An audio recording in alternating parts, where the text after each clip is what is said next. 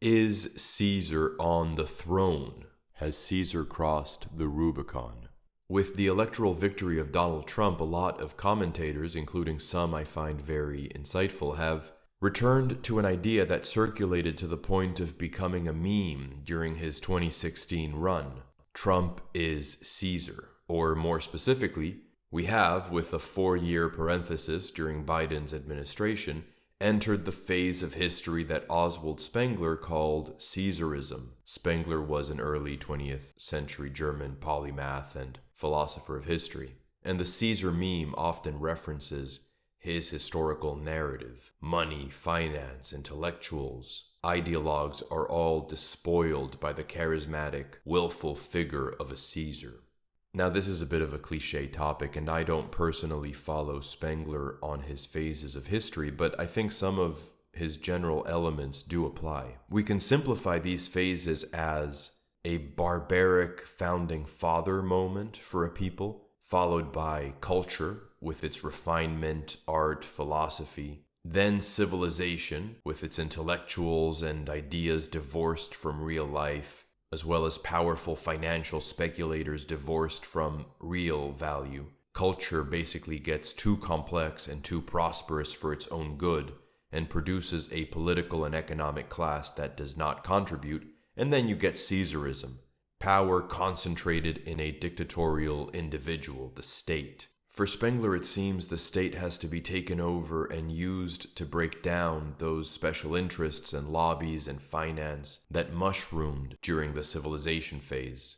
They have to be digested by this Caesar, and then that eventually is followed by a return to tribal, back to the land existence, a breakdown of civilization. We in the West, if Trump were a Caesar, would be exiting the civilization phase. With the decline of a culture, says Spengler, came this mere civilization, the power of money mainly.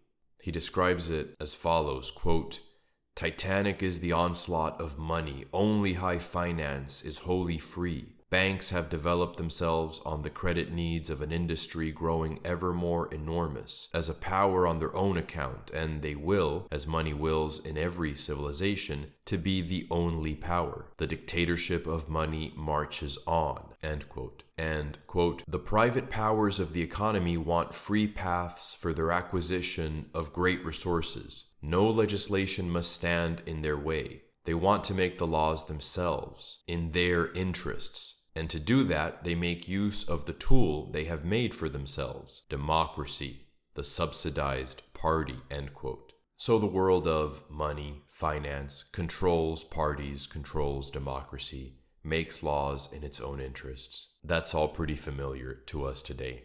The so-called creative minority that originates and rules over a culture becomes bureaucratic, uncreative, decadent, dominated by or consisting of, again, intellectuals promoting ideologies divorced from reality, and finance divorced from real value, from the real economy. Against the decadence of civilization, eventually a non-political type, defined by will to power, takes the reins of the already hollowed out political institutions, the Caesar. And Spengler does use a lot of Nietzschean sort of terminology here.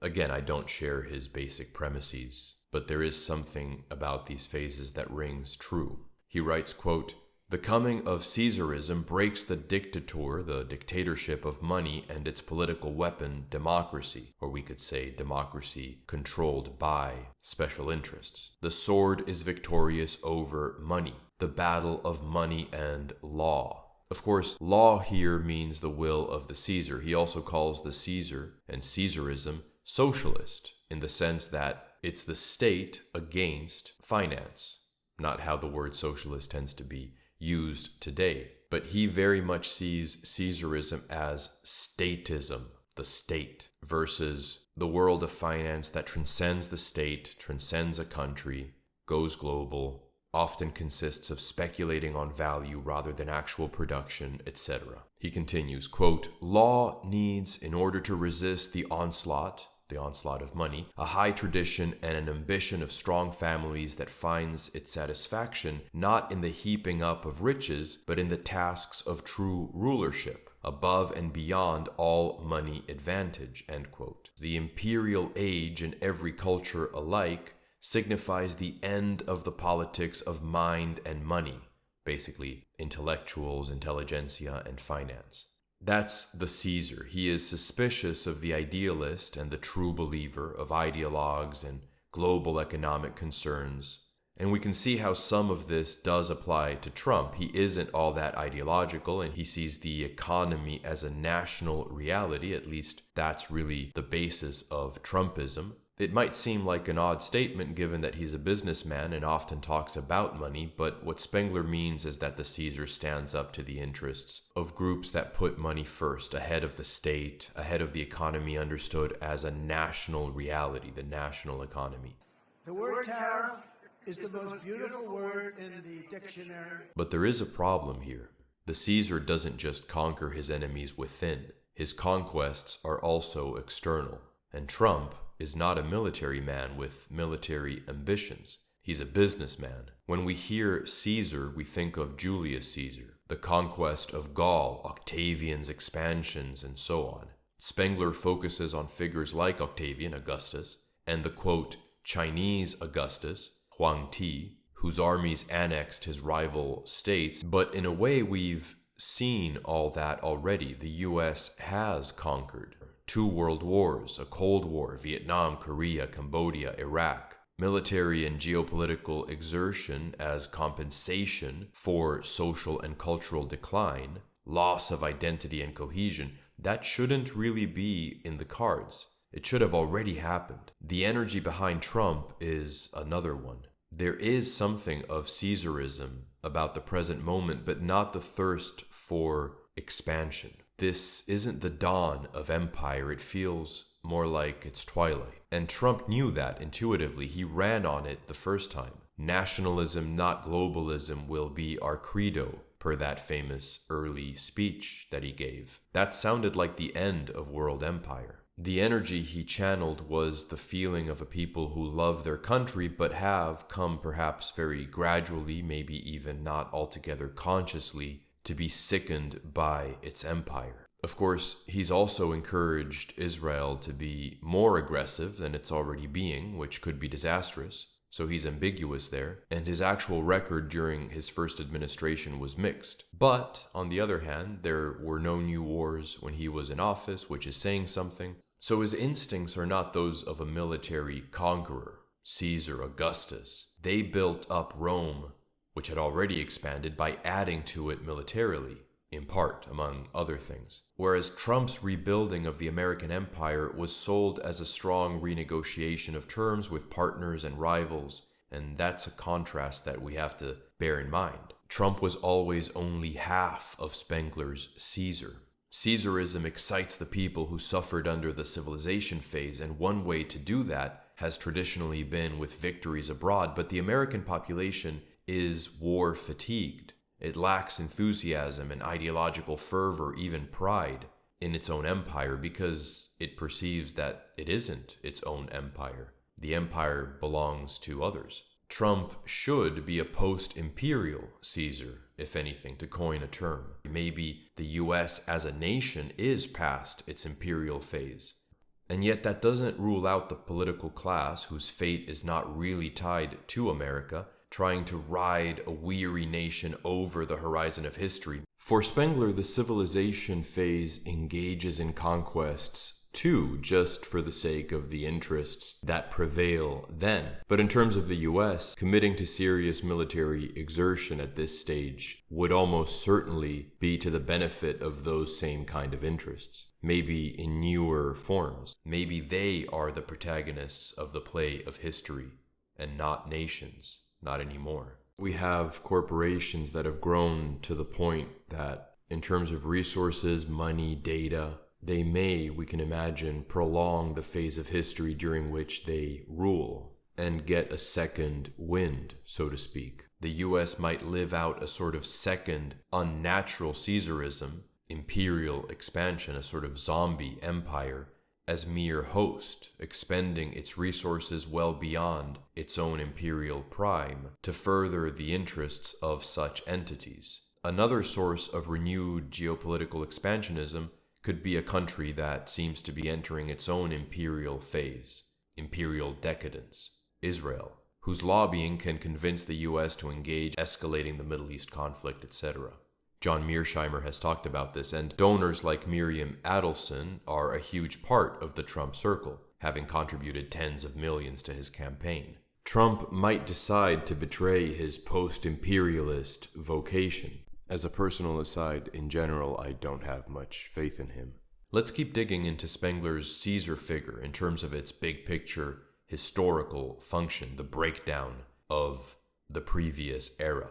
Quote, "By the term Caesarism, I mean that kind of government which, irrespective of any constitutional formulation that it may have, is, in its inward self, so its essence, a return to thorough formlessness," end quote. Return to thorough formlessness. What does that mean? He continues, quote, "It does not matter that Augustus in Rome and Huang Ti in China disguised their position under antique forms.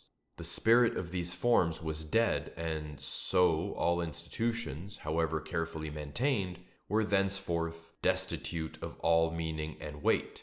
Real importance centered in the holy personal power exercised by the Caesar, or by anybody else capable of exercising it in his place." End quote. In other words, all of that vast ideological and economic complexity that you had with decadent civilization gets simplified down by the Caesar into his power, the state, and that makes it easier for us to return to a simpler way of life, a barbaric, tribal existence. Spengler, I think, mixes a lot of things here, and again, I don't follow him too closely, but Caesarism doesn't sound terribly attractive, at least not for a lot of folks, but still the idea that after the rise of detached elite ideologies and global finance, there comes a reaction in the form of a great concentration of power, a deconstruction of elite pressure groups and interests, all abrogated by the Caesar, does make sense. I don't think Trump will do what Spengler describes here, but maybe the movement around him does represent such a turn in politics in the long term, even after his presidency. In any case, we should ask whether Caesarism is even possible in the modern world, and what form it could take. Are the three branches of government, the actual three branches of government, mass media, the intelligence community, and finance, including asset management firms and hedge funds, not too big to be taken over by a hollowed out relic of the people's representatives, executive power, the presidency?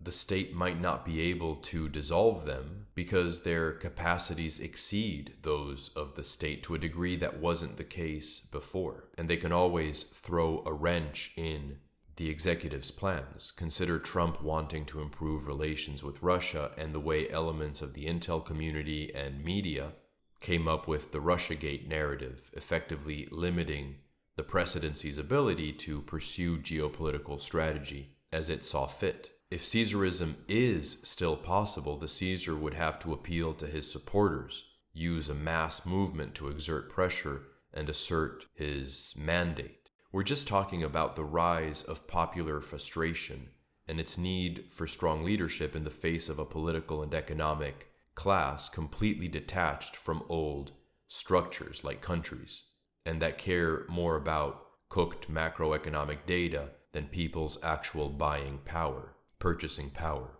If Spengler's money-centered civilization phase could continue without a Caesar stopping it, it would collapse anyway. There would just be less of the original culture left, because the end point of the civilization phase is global economic and social integration. Quote, "It draws within itself human masses that are wafted as dunes from one to another, or flow like loose sand into the chinks of the stone. Here, money and intellect celebrate their grandest and their last triumph." End quote. Money has precedence over country, finance over the real economy. Humans are seen not as citizens or an extended family, but as human resources.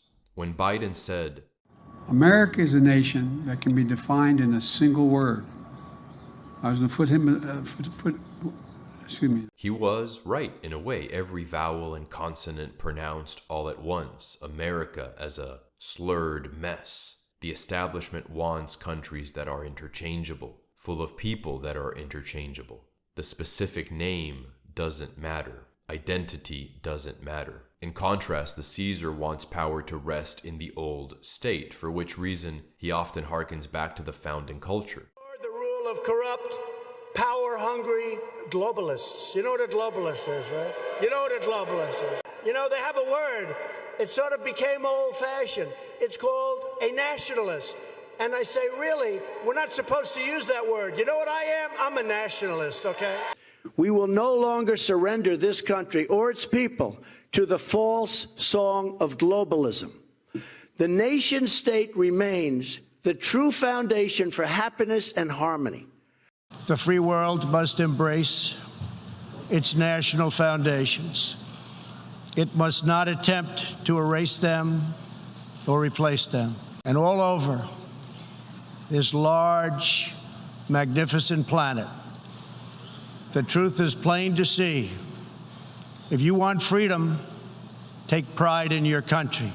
Following Arnold Toynbee, we can say that once the elite becomes decadent, and what he called the internal proletariat of a country, the local workers, I would add, the local middle class as well, the core demographic of an international system, starts to rebel, these are the main base of support for the Caesar. From Arnold Toynbee, quote, "The creative minority, we would say the political elite, has ceased to be creative and has sunk into being merely dominant. But the secession of the proletariat, the rebellion of the middle and working class, which is the essential feature of disintegration, has itself been achieved under the leadership of creative personalities, whose activity is the organization of opposition to the incubus, the nightmare, of the uncreative powers that be." End quote.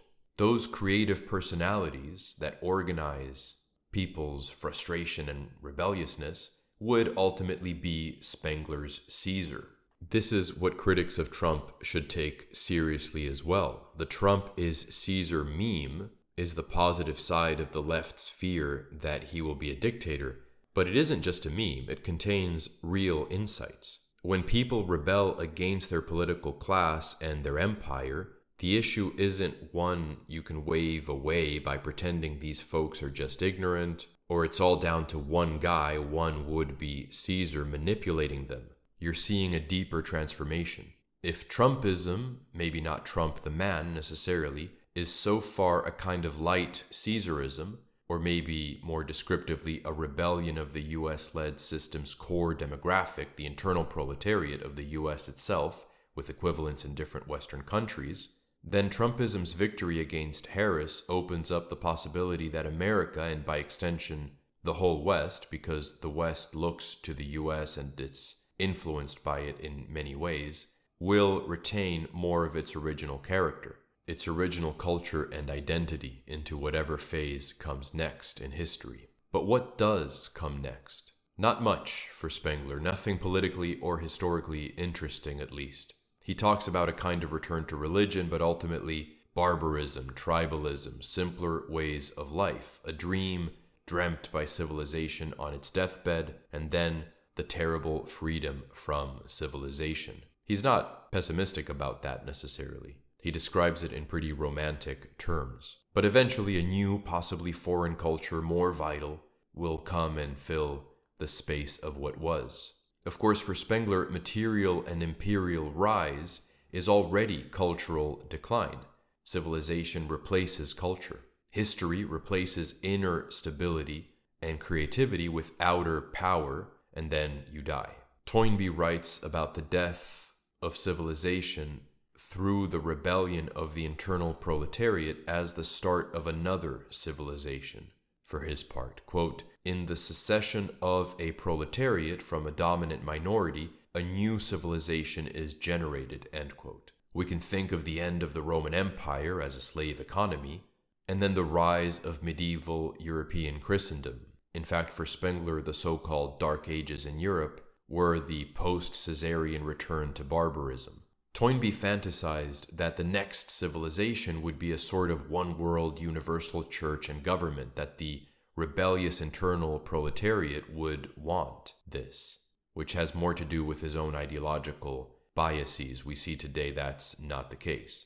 One thinker that celebrates what we could call the post-imperial phase and sees it as possibly spiritually higher than what was is Eric Voegelin. In his book, The Ecumenical Age, he writes, quote, "Societies that emerge from an imperial breakup bear the imprint of imperial consciousness," end quote. They remember the idea of greatness, of universality, universal principles, but no longer identify that universality with the need for unification, for uniformity, for empire, for global power. Instead, they can return to what Voegelin considers a more primordial ethos, where society is perceived as, quote, part of the divinely ordered cosmos. Its order as an analog of cosmic order has nothing to do with the size of its population or territory, nor does it carry an obligation to subjugate foreign populations or to expand the territory, end quote. When the Roman Empire collapsed, this is what we got in Europe. Medieval European nations conceived of themselves as Roman. Even Odin and Thor were thought to be descendants of the founders of Rome, the Trojans. Roman greatness, discipline, aesthetic was not about political expansion and unification, at least not necessarily. Rome became a meme, we could say. It was reimagined in the medieval villages that had replaced slave villas, and that brought out its true spiritual essence. A return to the virtue of early Rome, I would argue. Toynbee writes, quote, "An internal proletariat alienated from the broken down society from which it is in a process of secession, rebellion, is seeking a new revelation," end quote. And that's an interesting way to look at it. If the state, the Caesar, cannot really face finance and all the forces arrayed against him, the people can still secede from the elite, find ways to start over. Of course, at some point, because the world is competitive and other empires rise up, you're going to have to face geopolitics. You're going to have to make yourself strong somehow. So to summarize, the US might have undergone the civilization phase with such intensity in terms of military activity that any Caesar will come to power not as a conqueror, but with a non-interventionist mandate, and the special interests that grew up during the previous phase may be so strong that they can't be broken down by the state except with great difficulty. But it's not just about the state, it's also about that broader rebellion/secession of the so-called internal proletariat, in Toynbee's terms, whose purpose is also to defeat those special interests, finance, etc. So as always, you have government and you have the base and the degree to which it's mobilized. And we can rework these phases to describe the present moment and be optimistic about the future.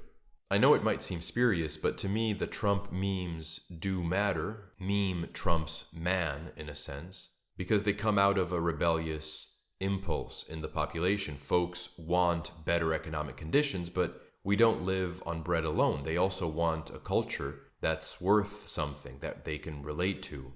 And people should imagine what to do next, what the next phase of history can look like, what their country, their culture should be. We're not used to thinking about culture as an exercise of the imagination, but it is. To a large degree, nostalgia matters too. It helps us decide what we want to keep from the past and what form we want to give it in the future. The whole cultural excitement around MAGA, White House over Wall Street, household over world, real economy over financial speculation, all of that exceeds Trump. And his voters will have to hold him to the better parts of his own instincts, of his own platform, to that post-imperial Caesar, the refusal to fight wars that only deplete the country, for example.